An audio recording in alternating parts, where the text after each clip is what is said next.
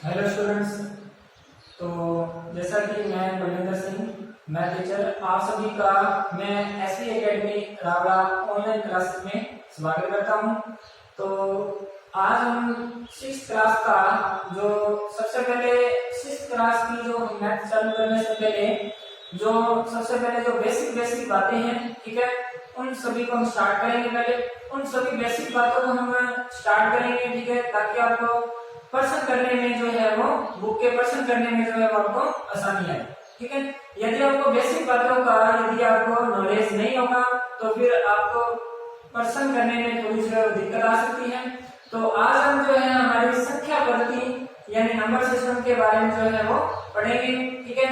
तो मैं आपसे बच्चों से ये रिक्वेस्ट करूंगा कि आप यदि साथ साथ वीडियो देखने के साथ साथ आप सभी बच्चे कॉपी किताब साथ में रखें और उस चीज को आप साथ साथ लिखें और उस चीज को आप अच्छे से समझें, ताकि आपको आगे जब स्कूल लगे तो आपको आगे और करने में थोड़ा क्या आसानी हो, ठीक है बच्चों। तो अभी हम स्टार्ट करते हैं अपना नंबर सिस्टम। तो अपनी कॉपी किताब निकाल कर रखें, ठीक है।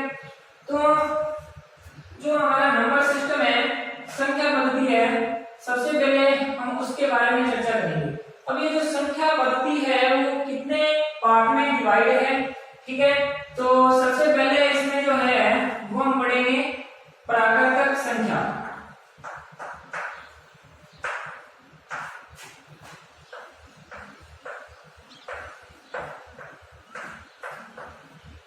सबसे पहले जो नंबर हमारे पास आएगा वो आएगा प्राकृतिक संख्या। इसको इंग्लिश में क्या बोलते हैं? Natural number. इसे हम इंग्लिश में क्या कहेंगे? Natural number. और जिसे हम बड़े एन से जो है वो शो करेंगे। थोड़ा ध्यान से देखना बच्चों, इसे हम किसे लिखेंगे? बड़े एन से, ठीक है।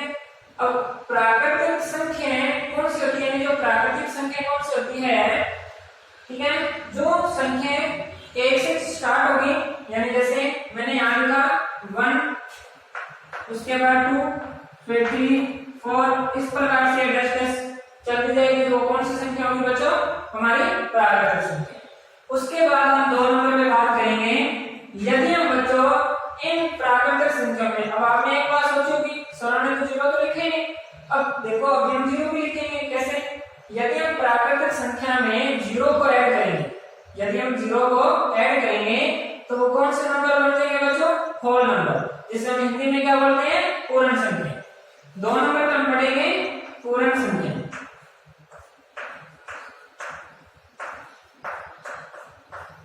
और इनको लिखा जाएगा बड़े W से, क्योंकि इसको इंग्लिश में क्या बोलते हैं? होल नंबर, ठीक है। अब यदि हम प्राकृतिक संख्या में 0 को यदि हम ऐड करें तो वो कौन सी संख्या बनेगी बच्चों? हमारी होल नंबर। 0, 1, उसके बाद 2, फिर 3, इस प्रकार से हमारे जितने भी नंबर हैं बच्चों वो कौन से होंगे? होल नंबर यानी पूर्ण संख्या। अब उसके बाद में थर्ड नंबर पे बात आती है।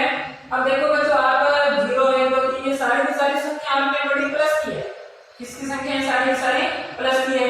अब यदि मैं इन प्लस की संख्याओं में माइनस की संख्या जो मैं ऐड कर दूं, इन सारी की सारी जो प्लस की संख्या हैं, ये जो सारी की सारी प्लस की संख्या हैं, इनमें यदि मैं माइनस की संख्या ऐड कर दूं, इनमें क्या कर दूं? माइनस की संख्या को मिला दूं, तो हमारे पास कौन सी संख्या बनेगी? पूर्णांक संख्या। कौन सी संख्या बनेगी? पूर्णांक संख्या।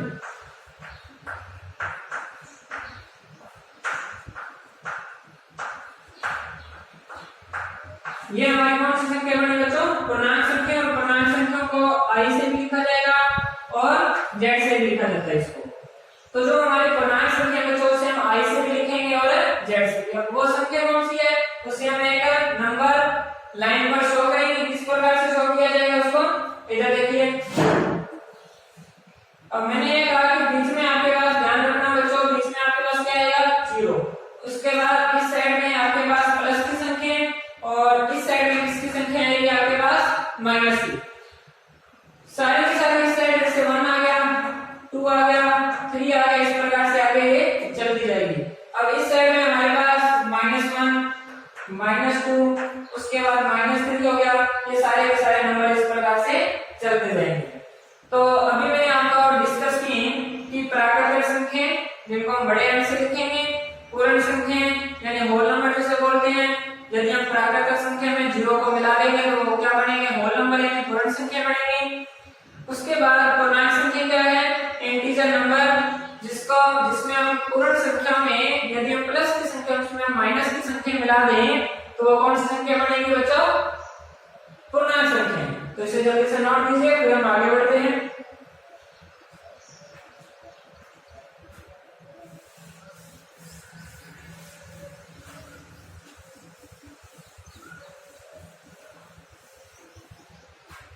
अब आगे जो है हमने अभी 3 प्रकार की संख्या पढ़ी, पहली प्राकृतिक संख्या, दूसरी पूर्ण संख्या, तीसरी पूर्णांक संख्या। अब आगे नेक्स्ट कौन सी आएगी, इनके बाद हमें पढ़ना है परमेय संख्या। कौन सी संख्या, परमेय संख्या, जो कि आपको 6th क्लास में, 7th में, 8th में, 9th में और 10th तक के काम देगी आपको, ठीक है। तो अभी हम बात करेंगे परमेय संख्या।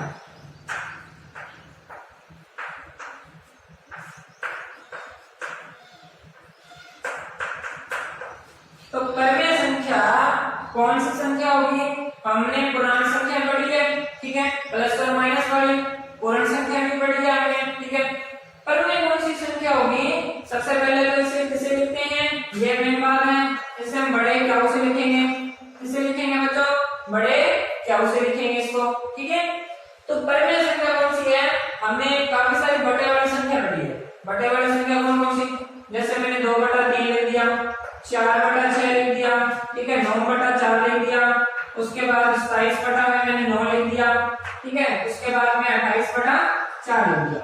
इस प्रकार से आपके मन में जितने भी संख्याएं बटा वाले जितने भी नंबर आते हैं वो सारे के सारे कौन से होंगे, परमेय संख्या। कौन से होंगे, परमेय संख्या।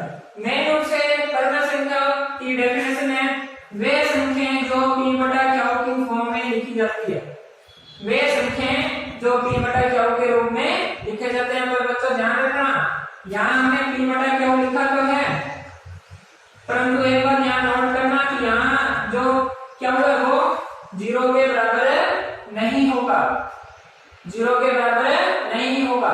यदि 0 के बराबर हुआ तो वो क्या होगा, अपरिभाषित होगा। ध्यान रखना बच्चों अलग से, यदि ये क्या 0 के बराबर आया तो वो क्या हो जाएगा, अपरिभाषित।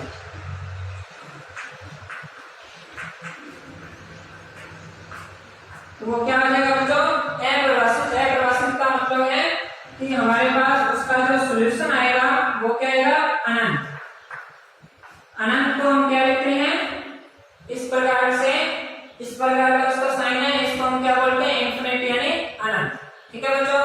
तो काफी बेटर मैंने आपको ये बताया है चीज कि परमेय संख्या यानी इसको इंग्लिश में बोलते हैं रेशनल नंबर, उसको हम क्या से लिखेंगे, वे सारे के सारे नंबर जिनको हम p/q की फॉर्म में लिख सकते हैं, वो सारे के सारे कौन से नंबर होंगे, हमारे परमेय संख्या। अब हम बात करते हैं अपरमेय संख्या की। परमेय संख्या की बात कर ली हमने, अब हम बात करेंगे अपरमेय संख्या की।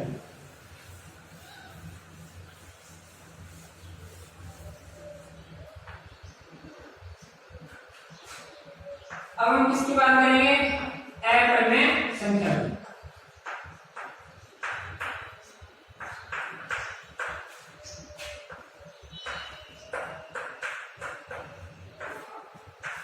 तो जो अपरमेय संख्या है, सबसे पहले मैं आपको एक बात जरूर भी बता दूं, आप अभी 6th क्लास में हो तो आपको वर्ग आने चाहिए, आपको वर्ग आने चाहिए, आपको ये चीज जो है वो आनी चाहिए।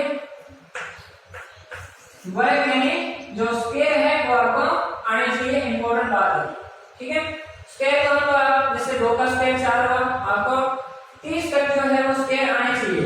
30 तक स्क्वायर का मतलब है, आप 2 का स्क्वायर करोगे तो कितना आएगा, 4, उसके बाद 3 का स्क्वायर कर लो कितना आ जाएगा, 9 आ जाएगा, उसके बाद 4 का स्क्वायर कर लो कितना आ जाएगा, 16 आ गया, 5 का स्क्वायर कर लो कितना आ जाएगा, 25 आ गया, 6 का स्क्वायर कर लो कितना आ जाएगा, 36 आ गया, 7 का स्क्वायर कर लो कितना आ जाएगा, 49 आ जाएगा, 8 का स्क्वायर कर लो कितना आ जाएगा, 64 आ गया।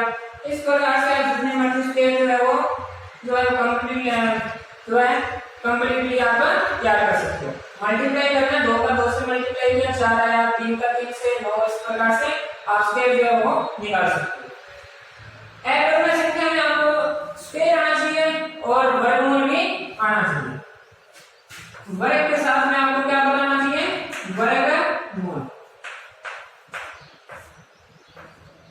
तो वर्गमूल और वर्ग का मतलब क्या है वो मैं आपको एंड में संख्या से पहले मैं आपको बताना चाहूंगा।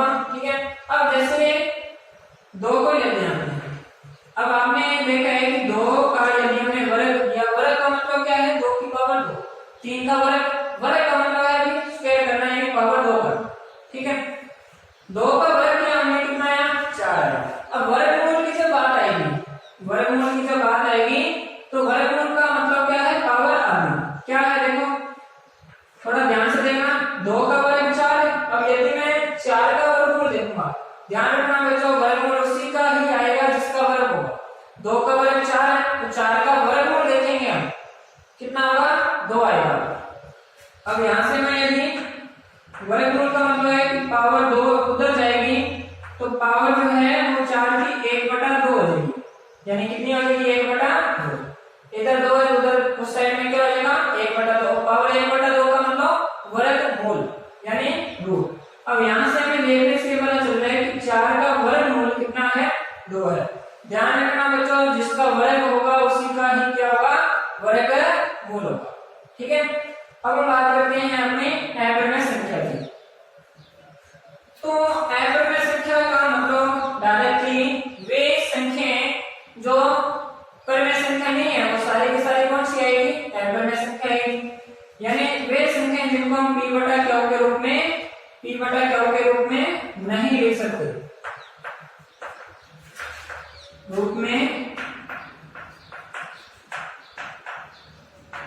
नहीं लिख सकते हैं। ठीक है, वे संख्याएं जिनको हम p/q के रूप में नहीं लिख सकते वे सारी की सारी कौन सी संख्या होगी अपूर्णांक संख्या। और अपूर्णांक संख्या जिनकी हम रूप में संख्या पढ़ेंगे, यानी वे संख्याएं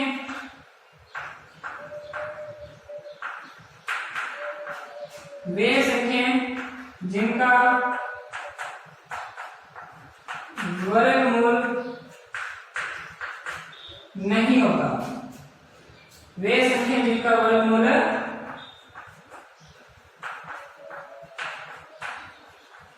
नहीं होता है। तो वे संख्या जिनका वर्गमूल नहीं होगा वो सारी की सारी कौन सी संख्या होंगी बच्चों हमारी अपूर्णांक संख्या। कैसे, अब मैं आपको ये लिए कहूं कि आपके पास रूट में 9 लिखा है तो आपको क्या सर रूट में 9 आ गया, इधर देखो रूट में 9 आया तो उसका 9 का वर्गमूल कितना होगा 3 होगा। तो सर आप ये कहोगे कि सर ये तो 3 आया, 3 के बटा में 1 लगा सकता हूं तो ये परिमेय संख्या बन गई। ठीक है, अब यदि मैंने रूट में 8 लिखा तो आप इधर देखो रूट में 8 का कोई वर्गमूल है नहीं है, नहीं है ना, तो ये कौन सी संख्या होगी हमारी अपूर्णांक संख्या होगी। अब यदि मैं यहाँ रूट में मैं कितना लिख दूं 24 लिख दूं तो 24 है किसी का 24 का वर्गमूल है नहीं है, तो ये भी किसमें आएगा अपूर्णांक संख्या। तो वे सारी की सारी संख्याएं जिनका वर्गमूल कंप्लीटली हमें नहीं मिल रहा या जिनको p/q के रूप में नहीं लिख सकते वो सारी संख्या कौन सी होगी अपूर्णांक संख्या। ठीक है बच्चों, तो आज हमने बेसिक बातों में परिमेय संख्या, ठीक है, अपूर्णांक संख्या, प्राकृतिक संख्या, पूर्ण संख्या, पूर्णांक संख्या इनका हमने अध्ययन किया। ठीक है, तो आप मैं रिक्वेस्ट ये करूंगा कि आप इनको साथ साथ आप लिखें, ठीक है, और ताकि आपको आगे करने में थोड़ा आसानी रहे। ठीक है, तो आज का हमारा बेसिक इंट्रोडक्शन बस इतना ही था और बाकी हम आगे बेसिक और कुछ भी जो रहा है हमारा, ठीक है, 3-4 दिन हम सब बेसिक बातें पढ़ेंगे। ठीक है, उसके बाद हम कोई भी अपनी एक एक्सरसाइज लेंगे, फिर उस एक्सरसाइज को हम धीरे धीरे जो है वो कंप्लीट करेंगे। थैंक्स।